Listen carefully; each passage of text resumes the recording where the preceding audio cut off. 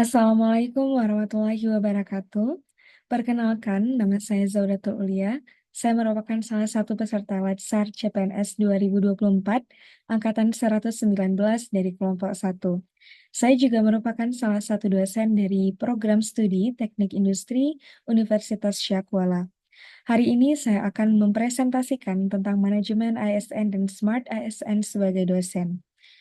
Sebelum kita masuk ke dalam materi, saya akan memberikan sedikit pengantar kepada teman-teman sekalian tentang apa itu Smart ASN. Smart ASN merupakan singkatan dari strategis, melayani, adaptif, responsif, dan transparan. Ini merupakan konsep modern dalam pengelolaan aparatur sipil negara atau ASN di Indonesia. Dengan memiliki ASN yang smart, kita diharapkan untuk memiliki birokrasi Indonesia yang lebih profesional, efisien, dan akuntabel, sehingga dapat memberikan pelayanan yang terbaik kepada masyarakat dan memajukan bangsa Indonesia, di mana sebagai seorang dosen, posisi kita adalah memberikan pelayanan kepada mahasiswa.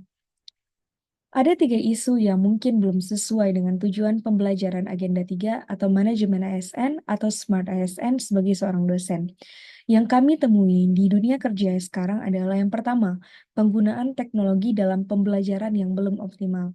Kita dapat menemukan bahwasanya banyak keterbatasan dalam adopsi penuh platform digital, walaupun sekarang kita sudah berada di industri 5.0, bahkan the existing of AI dan beberapa teknologi lainnya, namun banyak atau beberapa dosen mungkin belum memanfaatkan learning management system secara optimal atau belum memiliki pelatihan yang cukup untuk menggunakan alat-alat teknologi terbaru yang padahal tujuannya adalah untuk memaksimalkan proses pembelajaran. Kemudian yang kedua, kita juga merasakan adanya kurang responsivitas terhadap kebutuhan mahasiswa oleh beberapa dosen.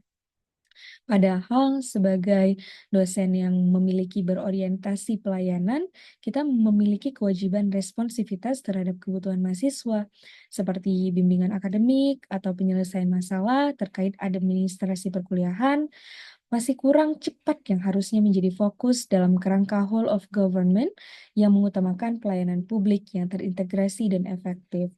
Yang ketiga, kita merasakan juga adanya transparansi dan akuntabilitas dalam penilaian mahasiswa yang belum maksimal. Kita bisa melihat sekarang umpan balik yang terbatas atau kriteria penilaian yang tidak sepenuhnya dipahami oleh mahasiswa. Mungkin mahasiswa masih bingung apa yang masih harus mereka tonjolkan untuk mendapatkan penilaian yang terbaik dari para dosen. Namun, sebagai seorang ASN, penting untuk memastikan proses evaluasi yang transparan dan akuntabel, karena ini sesuai dengan prinsip Smart ASN yang berfokus pada keterbukaan dan akuntabilitas. Jika isu-isu yang sebelumnya saya sebutkan terus berlanjut, dampaknya yang paling signifikan yaitu mempengaruhi kinerja dosen dan kualitas pelayanan pendidikan secara signifikan. Nah, dampaknya ini bisa kita rasakan bahkan dalam jangka pendek maupun jangka panjang. Yang pertama ada dampak pada kualitas pembelajaran itu sendiri, yaitu mahasiswa akan kehilangan akses ke metode pembelajaran yang lebih interaktif dan kolaboratif, serta kesempatan untuk mengembangkan literasi digital yang sangat dibutuhkan di dunia kerja. Jadi jika isu-isu yang sebelumnya saya sebutkan tidak maksimal, maka itu impact-nya adalah ke si mahasiswanya sendiri, apalagi ketika mereka memasuki dunia kerja. Yang kedua, ada dampak pada efisiensi waktu dan sumber daya. Nah, kita menemukan bahwasanya tanpa teknologi yang terintegrasi dengan baik, waktu yang seharusnya bisa digunakan untuk mengajar bisa terbuang dalam penanganan tugas administrasi yang bisa diotomatisasi, yaitu dengan memaksimalkan penggunaan teknologi.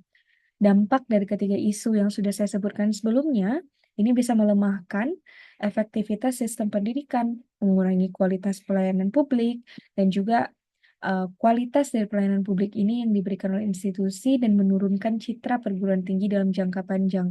Ini tidak bisa dibiarkan karena bersifat adaptif terhadap perkembangan teknologi ini sangat dibutuhkan oleh dosen dan juga dari mahasiswanya. Berdasarkan prioritas isu yang telah saya sebutkan sebelumnya, kita melakukan analisis USG atau urgency, seriousness, dan growth.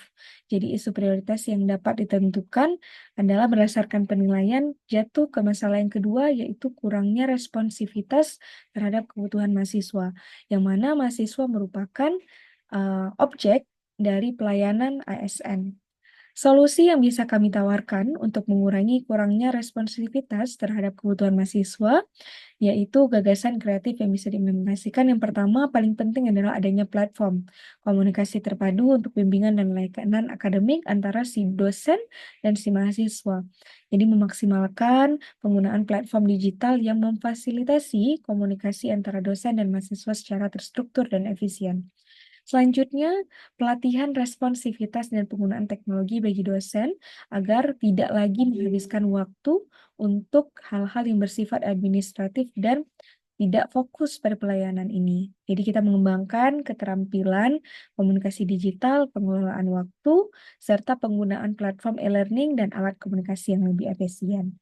Dengan adanya solusi ini, kita dapat menyelesaikan masalah isu yang paling urgent, yaitu kurangnya responsivitas terhadap kebutuhan mahasiswa. Mungkin itu saja yang bisa saya presentasikan. Saya senang sekali dapat memberikan presentasi mengenai Smart ASN dan Manajemen ASN. Kita harapkan implementasi ini dapat digunakan di dunia nyata. Terima kasih. Assalamualaikum warahmatullahi wabarakatuh.